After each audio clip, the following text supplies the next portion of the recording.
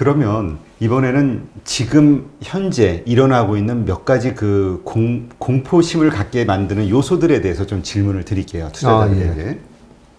일단 뭐 유럽 시장이 크게 흔들렸던 이유 중에 하나가 영국에서 그 바이러스 백신, 아니죠, 바이러스 백신이 아니라 바이러스 변종이 발생이 됐는데 이것이 좀 더 심각하다, 치명적이다 이런 얘기가 있으면서 유럽이 흔들렸잖아요. 예. 어떻습니까? 만약에 우리가 지금 이 시장에 기대하고 있는 이 백신이 효과가 좀 생각보다 부족하다거나 아니면 뭐 변종에 의해서 좀 더 심각한 상황이 된다거나 이랬을 때는 주식시장이 바로 타격을 입게 되겠죠? 네. 그 부분에 대해서 말씀을 드리면요. 리스크는 우리가 예측을 하지 못한 일이 발생했을 때 리스크가 됩니다. 예. 그 변종이 나올 수 있다라는 그런 경계의 목소리는 꾸준히 나왔었고요. 네. 변종이 나올 가능성이 아주 희박한 확률이냐라고 보면 아니죠. 인플루엔자 우리가 독감 예방주사 맞잖아요. 그 예방주사 맞을 때 계속 인플루엔자 바이러스가 변종이 나오다 보니까 이번에 맞은 독감 바이러스 백신이 효과가 있을지 그런 부분에 대해서도 우리가 많이 얘기를 하지 않습니까? 그죠? 당연히 변종이 나오는 건 당연하고요. 거기에 대해서 우리가 대비가 되어 있는지 없는지가 중요한데 지금 벌써 우리 8.15 모니터만 하더라도 이렇게 가운데 유리막을 치고 있잖아요. 네. 많은 분들이 마스크를 철저하게 지금 쓰고 다니고 그런 거에 대해서 대비를 하고 있기 때문에 대비를 하지 못했을 때 공격을 받았을 때 데미지가 있는 거지 그 부분은 충분히 예측 가능했던 부분이기 때문에 그것 때문에 여기서 시장이 다시 빠지는 트리거가 되지는 않는다라고 말씀드리고 싶습니다. 네, 그렇군요. 그러면 이제 이 투자자들 그 투자 마인드 혹은 투자 원칙에 대해서 좀 질문을 드려볼게요. 네. 사실 3월 달에도 그렇고 지금 현재에도 뭐 바이러스 백신이라든가 아니면 뭐 버블에 대한 고점 논란이라든가 이런 것들 때문에 상당수의 개인 투자자들이 그 인버스 쪽에다 투자를 하는 경향이 강해지고 있다 이런 얘기가 있거든요. 3월 달에 하신 분들은 정말 크게 손해봤죠. 올 초에 하신 분들. 근데 지금 또 그런 분위기가 일어나고 있는 것 같은데 이거에 대해서는 어떻게 생각하세요? 그 부분에 대해서 이제 결론부터 좀 말씀드리면요. 제가 94년부터 이제 주식시장에서 일을 하면서 저처럼 이렇게 많은 지표를 보면서 시장을 또 예측을 하고 거기에 맞는 또 대응 전략을 짜고 해도 그게 다 맞지는 않습니다. 그죠? 그런데 지나고 보니까 위험은 원칙으로 피하는 거구나라는 생각이 들었습니다. 그 원칙이 뭐냐면 좀 쉽게 설명하면 제가 우리가 일반인들이 많이 여름에는 굴 먹지 마라 이런 것부터 시작했죠. 그죠? 그렇죠. 건강을 보호하기 위한.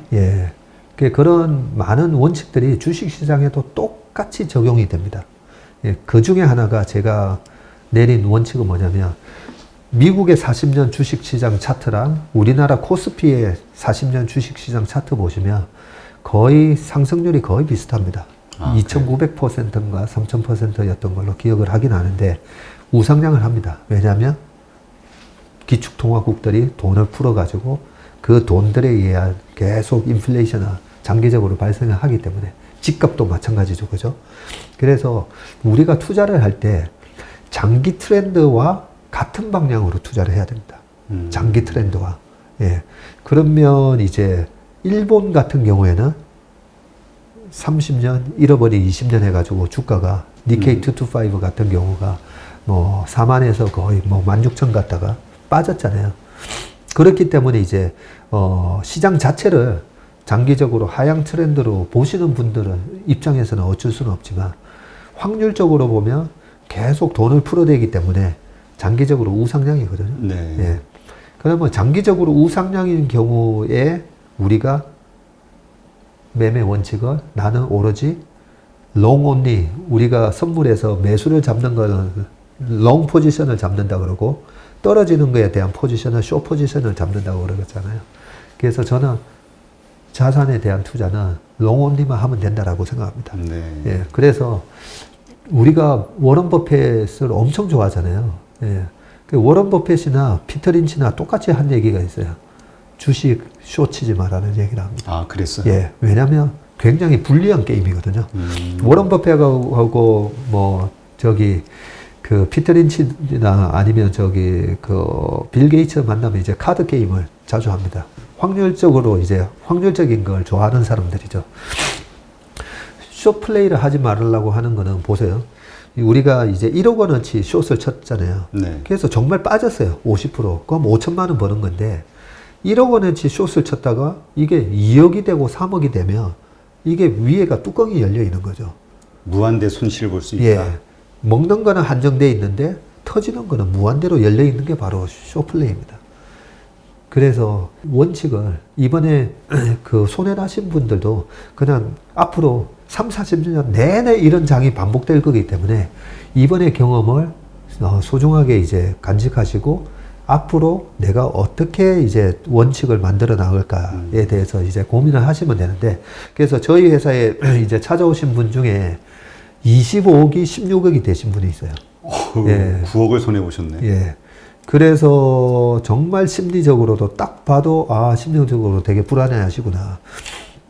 우리가 주식을 팔고 올라갔을 때도 엄청나게 속쓰리잖아요. 그렇죠. 근데 이 강세장에서 오히려 터지고 있으면 엄청나게 심리적으로 고통을 받으실 겁니다. 네.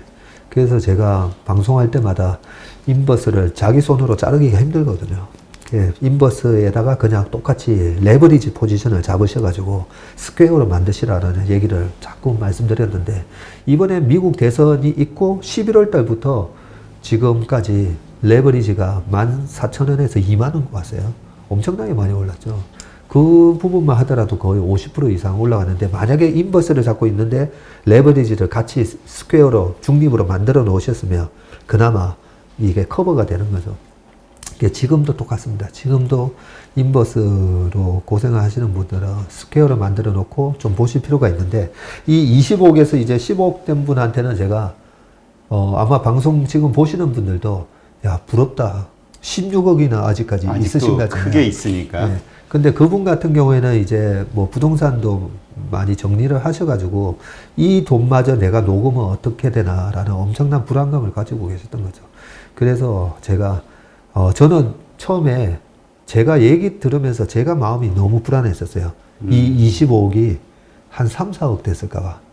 네, 엄청 제가 그래서 얼마 남으셨는데요 하면서 엄청 걱정을 했었는데 다행히 16억이라 해서 아유 그 정도면 네, 이 정도면 여기서 얼마든지 회복하니까 걱정하지 마시라고 네, 제가 그렇게 말씀드렸는데 어쨌든 우리가 좋은 투자 원칙을 갖고 있어야 되는데 장기 트렌드랑 같은 방향으로 이제 투자를 해야 된다. 예, 그렇게 말씀드리고 또 하나는 제가 좀 예전에 그런 말씀 드렸잖아요. 저는 쇼플레이를 하지 않는다라고 말씀드리면서 뭔가 경제가 충격을 받고 뭔가 기업이 망가지고 거기에 종사하는 사람들과 가족들이 힘들어지고 경제가 망가지면서 우리 소상공인들이 많이 힘들어지고 그런 상황에다가 배팅을 해서 돈을 버는 거는 우리가 돈을 벌더라도 그 돈의 성질이 좀 안 좋아진다라고 저는 피 묻은 돈.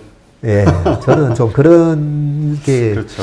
예, 그게 그렇다라고 생각해서 남의 아픔으로 돈은 벌지 말자 그런 좀 원칙을 갖고 투자를 하시는 게 좀 바람직하지 않나 그렇게 말씀드리고 싶고 올해 돈을 못 버셨거나 아니면 인버스로 터졌은 분들이나 계속 기회가 옵니다. 계속 기회가 오기 때문에 올해는 깔끔하게 복귀를 해보셔야 돼요.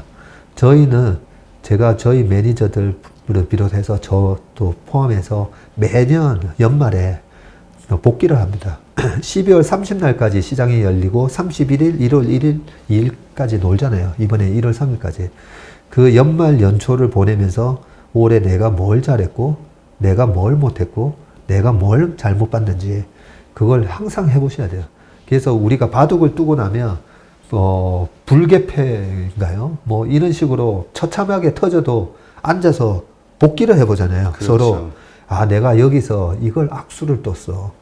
그리고 당신이 여기서 신의 한 수를 하는 바람에 내가 꼬여서 서로 얘기를 나누면서 거기서 복귀를 하면서 이제 실력이 느는 거잖아요.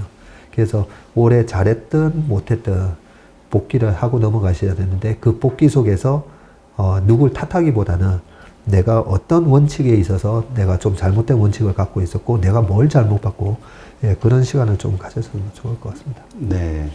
근데 그 인버스 이렇게 하거나 아니면은 또 레버리지도 이렇게 좀 이렇게 몇 배수로 하는 분들, 인버스 사실 요새 뭐 곱배수라고 그래가지고 예. 곱버스라고 그래가지고 막 하시는 분들도 있는데 이건 결국은 그 약간 도박 심리 같은 게 있어서 그런 게 아닌가라는 생각이 들 때가 있거든요.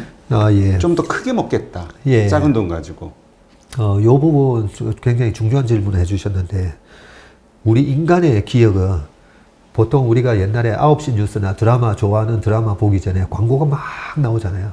한 15개 광고가 지나가는데 실제로 이제 조사를 해보면 처음 광고랑 마지막 광고, 특히나 마지막 광고에 대한 기억이 제일 많이 남죠. 예. 그래서 우리가 투자를 할 때 왜 실패를 하냐면 마지막 최근에 우리가 3개월 동안에 봤던 현상이 계속 이어질 거다라는 그게 강합니다. 심리적으로. 그래서 3월 달까지 폭락을 하고 올라왔을 때 또 한 번 폭락을 할 거야라는 마지막 광고를 본 거에 대한 기억이 강하다 보니까 그런 똑같은 효과가 나오면서 바닥에서 또 한 번 세게 내려갈 거야 라고 생각을 하게 되고요. 반대로 내년에도 마찬가지일 겁니다. 이 시장이 얼마를 갈지 모르는 시장인데요. 그 마지막 불꽃을 쳐올리는 그 장세 속에서 그런 장이 계속 지속될 거라는 생각 때문에 위에서 또 레버리지를 잡으실 수가 있어요. 예, 그런 부분은 이제 조심을 하셔야 되는데 그런 현상이 왜 일어나냐면 사람의 기억에는 가장 최근에 본 기억이 가장 강하게 내리에 남기 때문입니다. 예. 그래서 항상 그 평정심을 유지해라. 예. 이게 이제 그런 흥분하니까. 네. 그리고 또 그런 것도 있는 것 같아요. 그 많은 분들이 그 주식 투자는 이제 대응하는 것이다 이런 말씀을 하시는데 예단을 하고 그냥 베팅을 하는 거잖아요. 예정을 하고 예. 확신을 갖고. 예. 이 차이가 크겠죠. 그 부분도 예측보다는 대응이라는 얘기를 되게 많이 쓰잖아요. 예, 보통 많이들 쓰시더라고요. 예, 절대 아닙니다. 아, 그래요? 예, 예측을 하고 들어가야 되고요. 그 얘기는 어떤 거냐면요. 우리가 고스톱 7장을 받았을 때 이 패로 먹을 수 있는지 없는지 확률적인 예측을 해야 되잖아요. 그렇죠. 그렇죠. 네. 이 확률에 대한 배팅이 습관화되어 있어야 됩니다. 습관화. 예. 그러면 지금과 같은 경제 상황과 지금과 같은 기업의 실적의 어떤 움직임과 여러 가지 상황을 보면서 시장이 어떻게 될지에 대한 예측은 반드시 해야 됩니다. 반드시 하고 들어가야 되는데 아까 아이젠하워 대통령 얘기처럼 플랜을 하고 들어갔을지만 생각대로 안 됐을 때 거기에 대한 여러 가지 대응 전략에 대한 게 있어야 되잖아요. 그런 부분들이 이제 토트넘하고 아스날하고 축구를 하면 똑같은 식으로 경기가 벌어지지는 않잖아요. 네, 거기에 맞춰서 감독들이 선수도 막 교체하고 하는 것처럼. 그래서 우리가 이제 선수냐 아니냐의 구분이 시장에 대해서 예측을 잘해서 예측대로 되면 너무나 좋은 거죠. 네. 근데 예측대로 안 됐을 때 당신은 거기에 대한 대응 전략이 있느냐. 예, 그 부분에 대한 부분도 굉장히 중요하기 때문에 그래서 대응 전략을 여러 가지를 가지고 있어야 되고 제가 그런 부분에 대해서도 많은 말씀을 드리겠지만 어쨌든 패를 봤을 때 이게 먹을 수 있는 패인지 예, 그거는 예측을 하고 들어가야 된다. 그런 게 필요하겠네요. 예.